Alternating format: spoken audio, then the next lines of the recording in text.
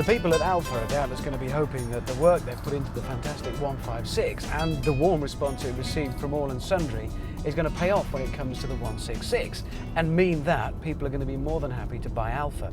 The image has always been right, the history, the heritage, the pedigree.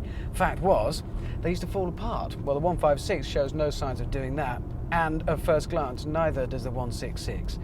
The exterior looks fantastic. Slide inside and it's absolutely beautiful in here. This is one of several trims available inside. It's called the sports trim, but it's indicative of the standard of all of them, and it's beautiful.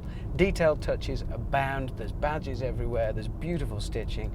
It's very well put together, very comfortable, very practical, ergonomically very sensible. There's useful hatches, plenty of oddments storage. Then you've got to get on the move. Well, there's going to be 4 engines in total. At the bottom, but it's unfair to say that, is the 2-litre 4-cylinder twin spark. It's unfair because that's the classic engine in this standard of car and a classic engine from Alfa Romeo.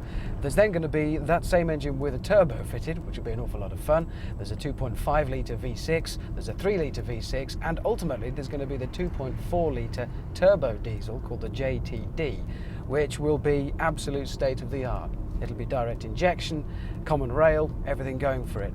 And interestingly, both the diesel and the 3-litre V6 will be fitted with a 6-speed manual gearbox, which says a lot about the way Alfa are going to be marketing the diesel and the importance of that being seen as an increasingly sporting brand.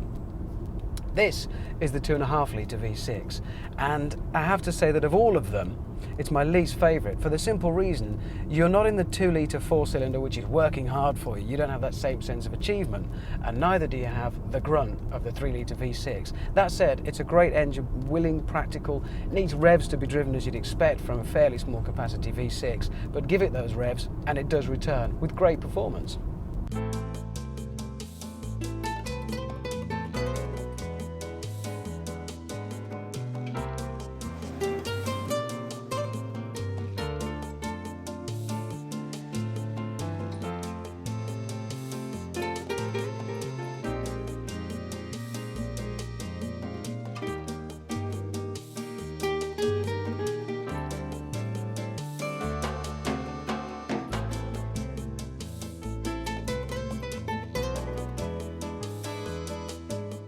What can beat the squeak of denim on leather? The leather in here is an optional extra, but given that the prices in the UK are expected to start at around about £23,000, the car is going to be priced very competitively against the opposition from Germany anyway. And for that £23,000, you do get electric windows front and rear, a fair amount of kit, including, most importantly, for me, the best gizmo of all, which is this screen. It's a kind of central unit that contains the controls for pretty much everything. Integrated control system, we've got our main and audio, we've got our air conditioning system controlled through here, we've got our navigation system, trip meter, climate control. It's actually quite clear and quite easy to use as well, which is pretty refreshing if you ask me.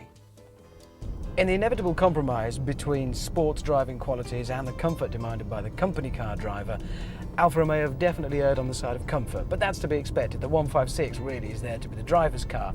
Having said that, yes, there is a degree of body roll. Yes, if you push it through corners, it does start to lean a bit, but there's plenty of grip there, and it is very controlled body roll.